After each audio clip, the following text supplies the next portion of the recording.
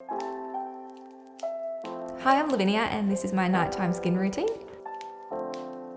So I start by taking my makeup off with a cleansing milk. I like this one because the ingredients are antiseptic and detoxing, but it's also super calming on my sensitive skin. So I've always had pretty good skin until I got into my 30s and everything changed. It became super sensitive, more breakout prone. I got breakouts in places I'd never gotten breakouts before.